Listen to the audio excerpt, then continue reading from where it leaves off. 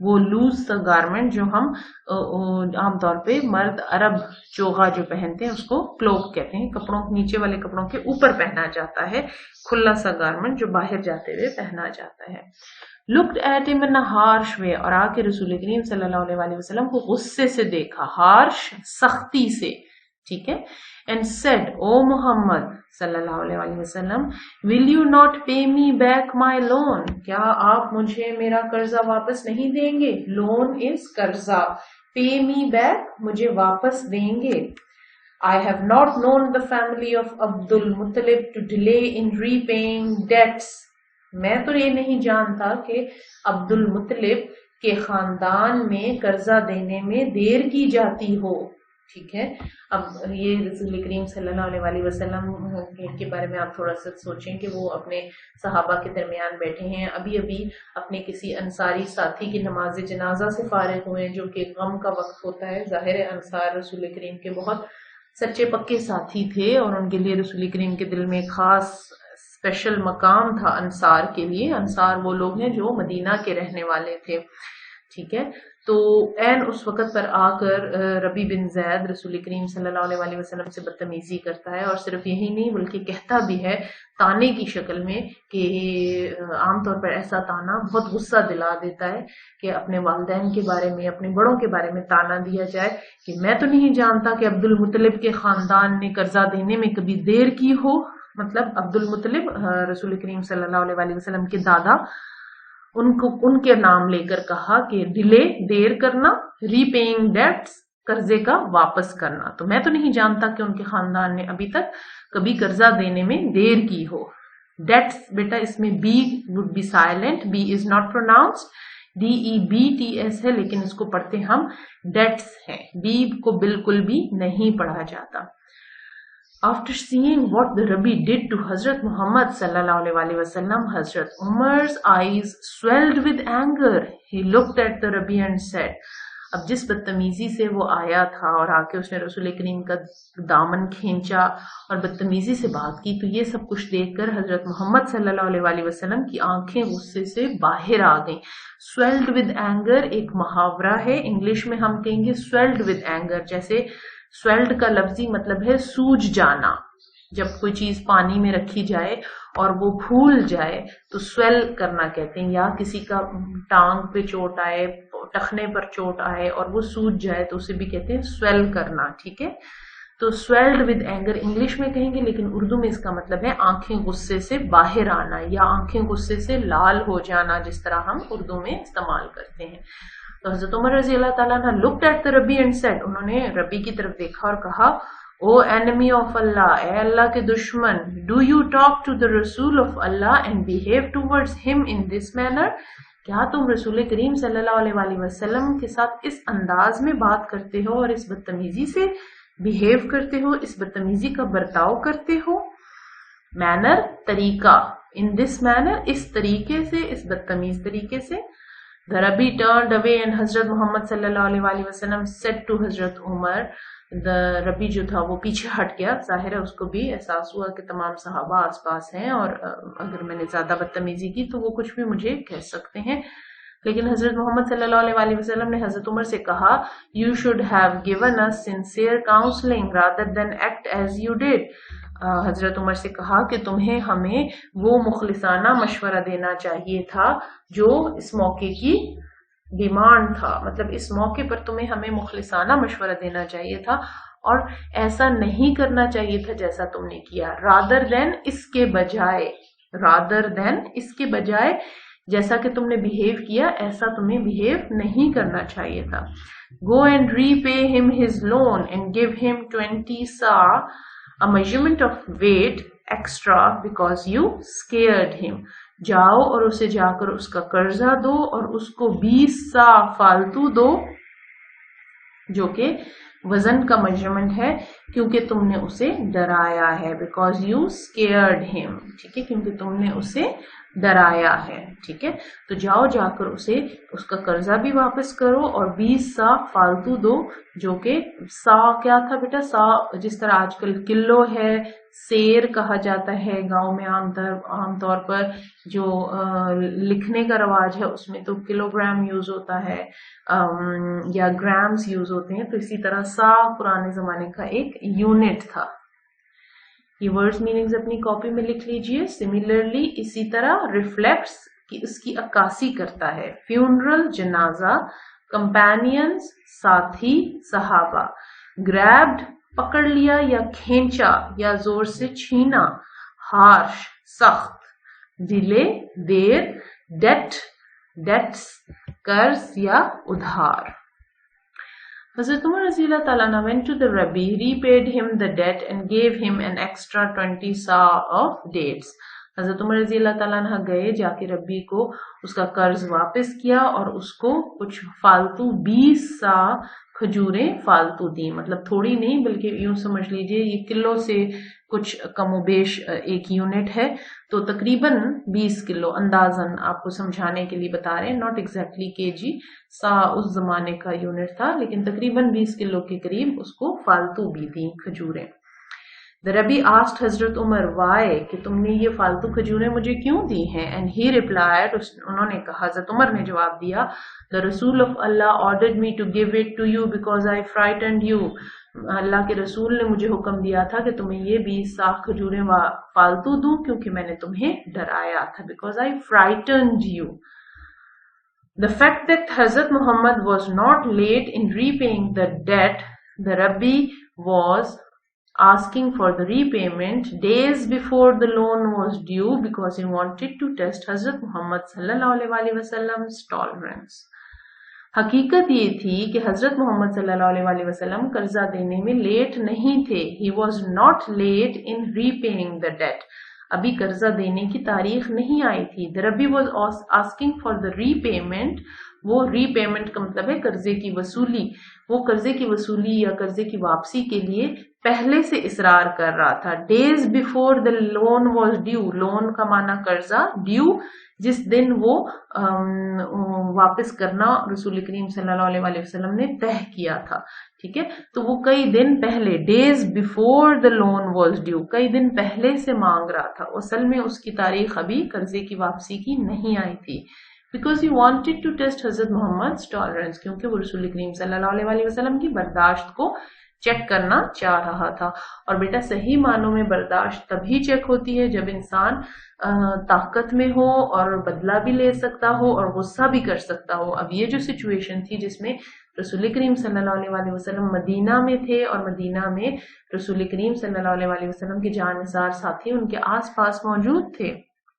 اگر آپ ذرا سا بھی اشارہ کرتے تو حضرت عمر، حضرت عثمان، حضرت علی، حضرت ابوبکر صدیق تمام ایک لمحہ نہ لگاتے اور اس ربی کا سر کاٹ دیتے یا اس کو پکڑ لیتے اور اس کو سزا دیتے. لیکن رسول کریم صلی اللہ علیہ وسلم نے بالکل اس وقت تحمل اور برداشت کا مظاہرہ کیا، بلکہ منع کیا. حضرت عمر کو ایک طرح سے منع کیا کہ آئندہ تم نے اس طرح سے نہیں کرنا. تو یہی وہ وقت ہے جب اکثر لوگ زیادہ غصہ کرتے ہیں کیونکہ وہ طاقت میں ہوتے ہیں، اور یہی وہ وقت تھا. یہی فرق ہے ایک نبی کے رویے میں اور ایک عام انسان کے رویے میں.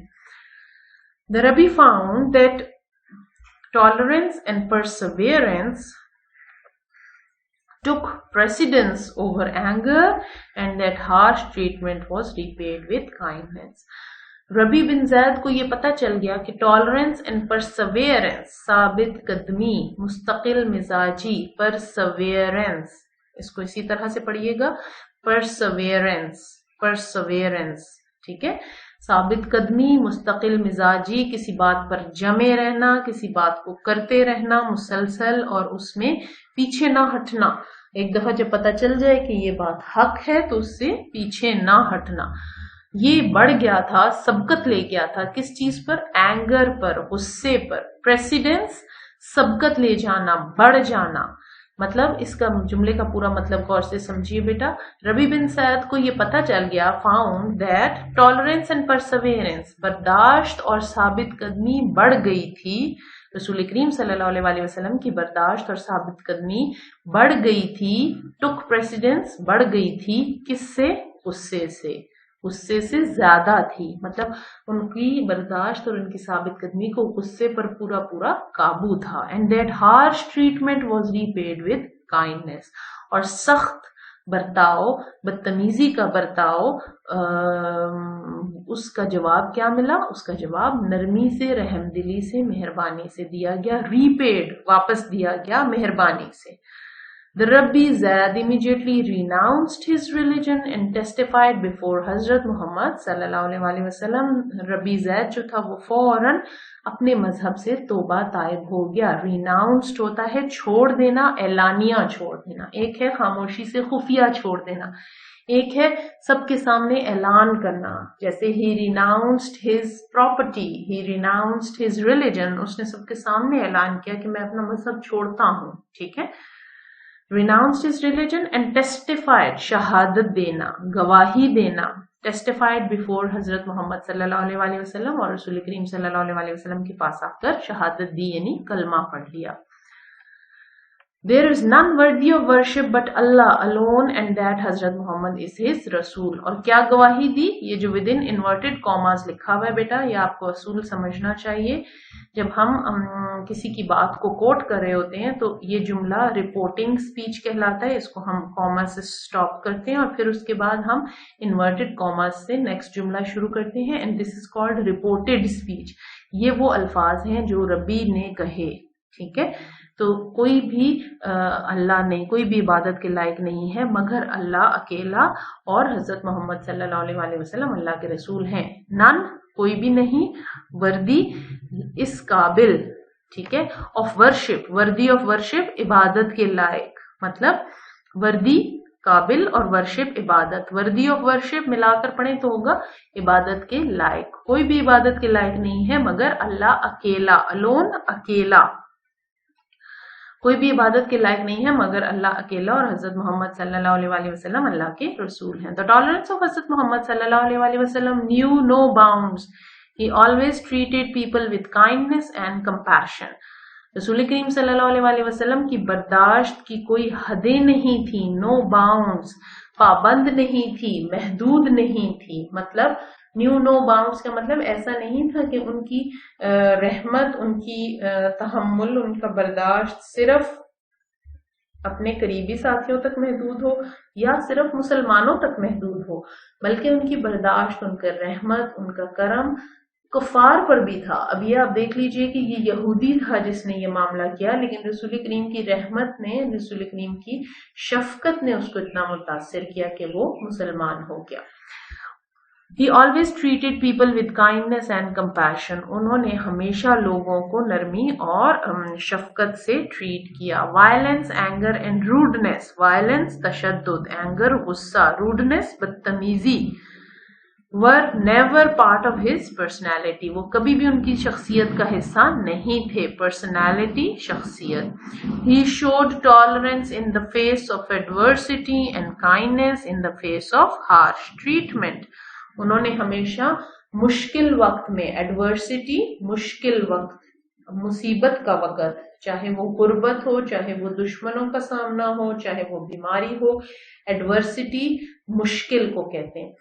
تو فیس آف ایڈورسٹی کا مطلب ہے مشکل وقت میں. یہ انگلش میں محاورتاً کہنے کا طریقہ ہے کہ انہوں نے ہمیشہ برداشت کا مظاہرہ کیا in the face of adversity, مشکل وقت میں، اور نرمی کا مظاہرہ کیا in the face of harsh treatment, سختی کے ٹریٹمنٹ کے وقت انہوں نے نرمی کا مظاہرہ کیا. بیٹا یہ ورڈز میننگز اپنی کاپی میں لکھ لیجئے. ریپیڈ واپس کرنا، فرائٹنڈ خوف زدہ یا خوف زدہ کرنا. فرائٹنڈ دونوں طرح ایز اے ورب بھی استعمال ہوتا ہے اور ایز این ایڈجیکٹو بھی استعمال ہوتا ہے. پرسویرنس ثابت قدمی، کسی کام کو جم کے کرنا، اس کو چھوڑنا نہیں، حق بات کو پہچان لینے کے بعد اس پر ڈٹے رہنا. پریسیڈنس سبقت. ریناؤنسڈ چھوڑ دینا. ٹھیک ہے، ریناؤنسڈ چھوڑ دینا. وردی قابل یا لائق، اس قابل ہونا، اس لائق ہونا. باؤنڈس محدود کرنا یا پابند کرنا. کمپیشن درد مندی یا شفقت.